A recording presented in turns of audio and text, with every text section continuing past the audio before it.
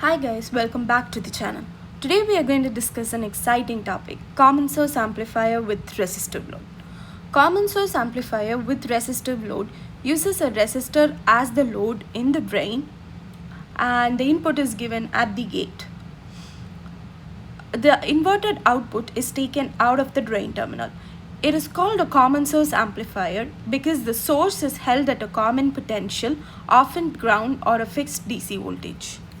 Today, we are going to discuss how the input resistance, voltage gain, and the output resistance of the amplifier is determined.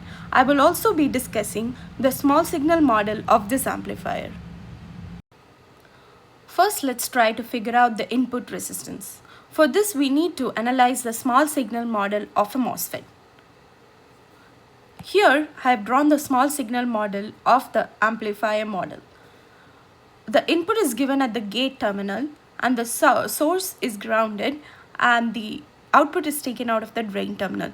Here the resistive load is connected to ground because in a small signal model we apply a small amount of AC voltage on top of the DC bias voltage.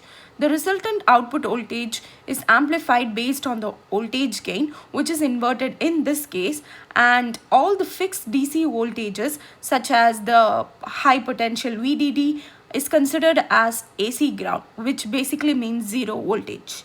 The input resistance is defined as a test voltage divided by the test current.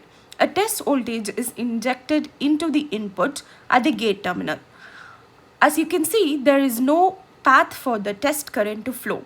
Hence, the test current is equal to 0. So, the input resistance is equal to the test voltage divided by 0, which is infinite. Hence, for a common source amplifier, the input resistance is infinite. The gain of an amplifier is defined as the output voltage divided by the input voltage. So, in order to calculate this, we again need to look into the small signal model.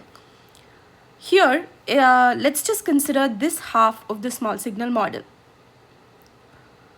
There is a voltage drop across this RL because of the current in the system. So, I into RL, if I is the current flowing through the system, I into RL can be defined as 0 minus V out. And the I is defined as the current, which is basically equal to Gm into VGS. I is equal to Gm into VGS and VGS is the gate source voltage. So VGS can be calculated by gate voltage minus the source voltage, which is equal to Gm into Vin.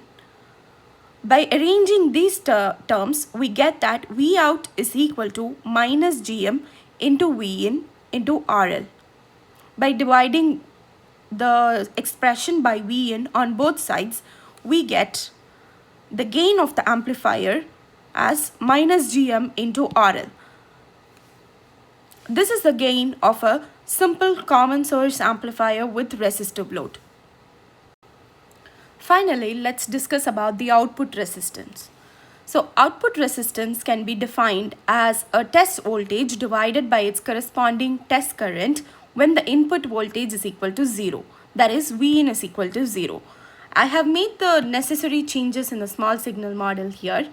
I have grounded the input voltage, which is I have grounded the gate terminal, and I have injected a test voltage V test into the drain terminal in order to find the output resistance. As you can see here, since there is no gate voltage and the source voltage is grounded and the source terminal is grounded, we can conclude that the VGS is equal to 0. Hence, the current Gm into VGS is equal to 0.